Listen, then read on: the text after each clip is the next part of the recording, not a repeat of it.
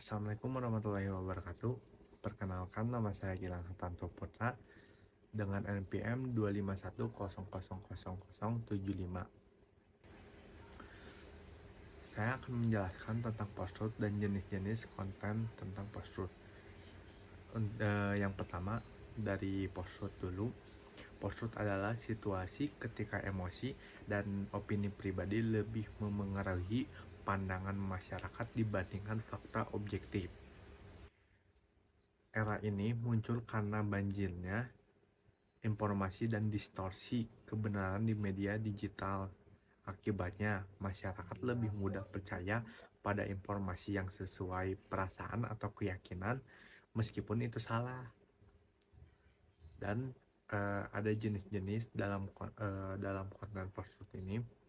Yang pertama, false connection atau koneksi palsu adalah merujuk ke sebuah strategi atau fenomena yang sebenarnya dua hal yang tidak berhubungan, sengaja atau tidak sengaja dihubungkan agar menciptakan narasi yang persuasif dan memanfaatkan sebuah bias emosional manusia untuk menyebarkan misinformation atau disinformation.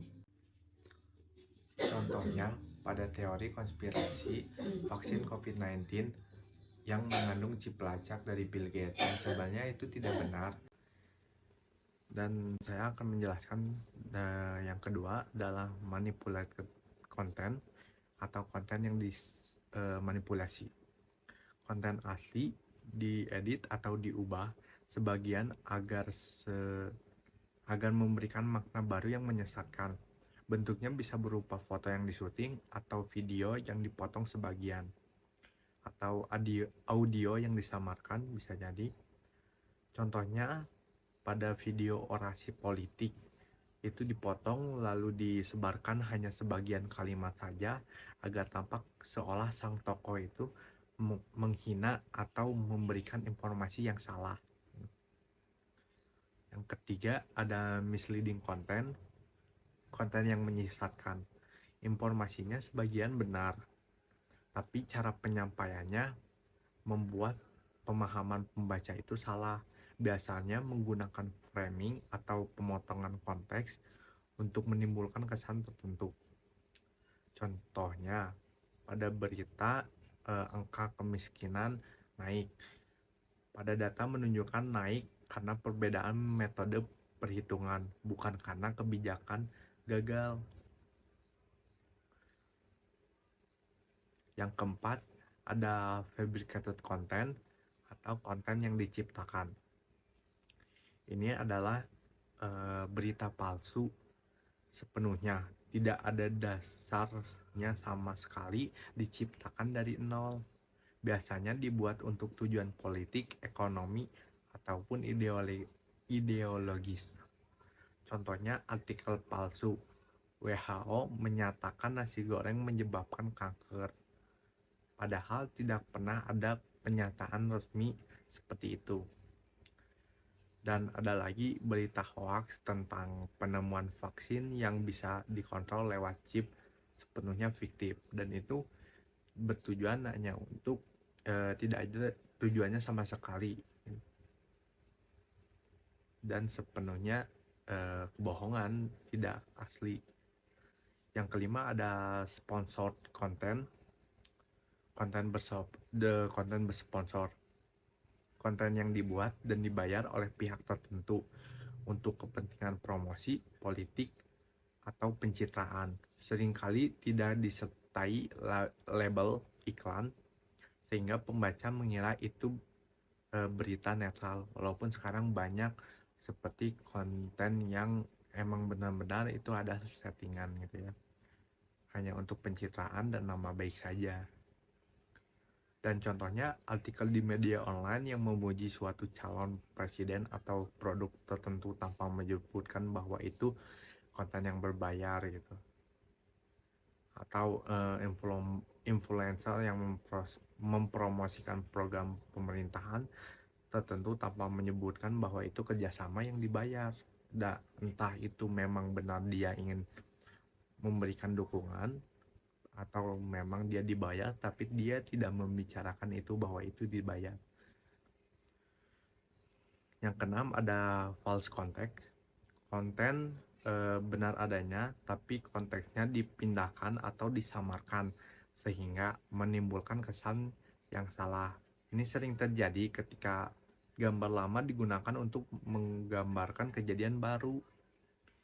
Contohnya pada foto demonstrasi di Mesir yang digunakan untuk berita tentang demo di Jakarta, dan video kebakaran 2016 disebar ulang seolah-olah baru terjadi hari ini, dan itu masih banyak berkeliaran seperti di TikTok, Instagram atau apapun. Antara emang disebarkan lagi agar orang-orang mengingat kejadian itu, atau memang disebarkan hanya untuk kesenangan semata, itu tidak tahu. Yang ketujuh ada satire of parody. Konten berbentuk humor, sindiran atau lelucon yang tujuannya menghibur dan bukan menipu. Namun jika dibagikan tanpa konteks, orang bisa salah paham dan menganggap berita itu sungguhan. Contohnya, berita dari situs satir seperti The Onion atau Sunda Empire News dibagikan ulang di media sosial tanpa penjelasan bahwa itu parodi. Atau meme lucu tentang tokoh politik disebar ulang dan dipercaya publik sebagai fakta. Walaupun sekarang banyak yang menggunakan meme tersebut atau tokoh-tokoh politik yang digunakan sebagai meme gitu. Dan tergantung kesadaran orang itu sendiri. Kita bisa menganggapnya itu sebagai lelucon biasa atau mempercayainya, itu tergantung diri kita sendiri. Dan jangan sampai kita tersesatkan gara-gara konten yang seperti itu. Ya kebanyakan, kemungkinan yang banyak itu antara ibu-ibu yang kurangnya dalam gadget gitu, atau anak-anak yang baru memakai gadget gitu. Kebanyakannya sih ibu-ibu yang dapat mensalah artikan dalam video tersebut parodi atau bukan gitu. Yang kedelapan ada imposter content. Konten dibuat seolah berasal dari sumber resmi atau terpercaya, padahal palsu. Tujuannya untuk mencuri kepercayaan publik. Contohnya akun Twitter dengan nama @CNN Indonesia misalnya, yang palsu, yang memposting berita kebohongan dengan menggunakan nama akun yang asli dari sebagai penerbit berita gitu.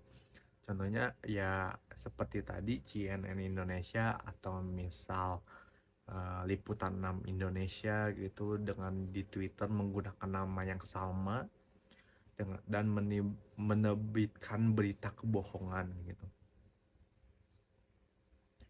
Nomor 9, propaganda.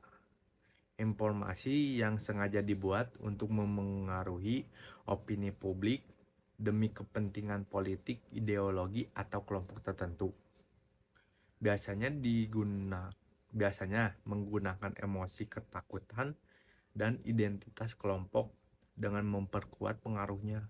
Contohnya, kampanye hitam menjelang pemilu, menyebarkan kabar bahwa kandidat tertentu itu anti agama lah, pro asing lah, ya banyak yang kayak gitu. Dan lagi ada yang misal video ajakan kebencian terhadap etnis atau agama tertentu yang disamarkan sebagai pembelaan moral gitu.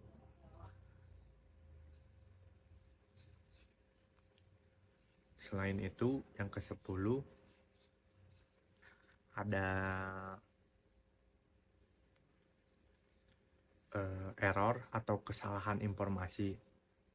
Ini adalah kesalahan murni tanpa niat menipu, bisa disebabkan karena kelalaian jurnalis, salah mengetik data, atau kurangnya verifikasi. Contohnya, media salah menulis jumlah korban kecelakaan misalnya 30 orang, padahal cuma 3 orang. kesalahan tahun dalam laporan sejarah lalu tidak segera dikoreksi, itu akan menyebabkan sangat fatal karena misalnya yang harusnya tahun berapa malah dibuat menjadi tahun yang sekarang, itu salah. Dan yang paling ini lumayan fatal karena yang menerbitkannya kemungkinan itu adalah akun-akun atau media-media yang memang bisa dibilang besar dan semua orang juga kita tahu itu bahwa itu sudah terverifikasi, tapi karena berita tersebut adanya error dan kesalahan membuat kitanya itu eh, percaya bahwa berita itu benar yang sebenarnya itu error. Jadi akan lebih bagus jika ini lebih cepat dikoreksi oleh sang penerbitnya, bukan hanya kita saja gitu. Dan lebih baik kita juga mengkonfirmasi apakah ini betul uh, terjadi, jangan dari satu sumber saja tapi lebih ke banyak sumber gitu, tidak hanya misal di CNN Indonesian atau Liputan 6 aja, tapi lebih ke yang lain lagi agar kita tahu bahwa itu benar atau salah. Sekian dari saya tentang materi post-truth yang saya pelajari dari pelajaran kewarganegaraan. Semoga bermanfaat untuk yang lainnya. Wassalamualaikum warahmatullahi wabarakatuh.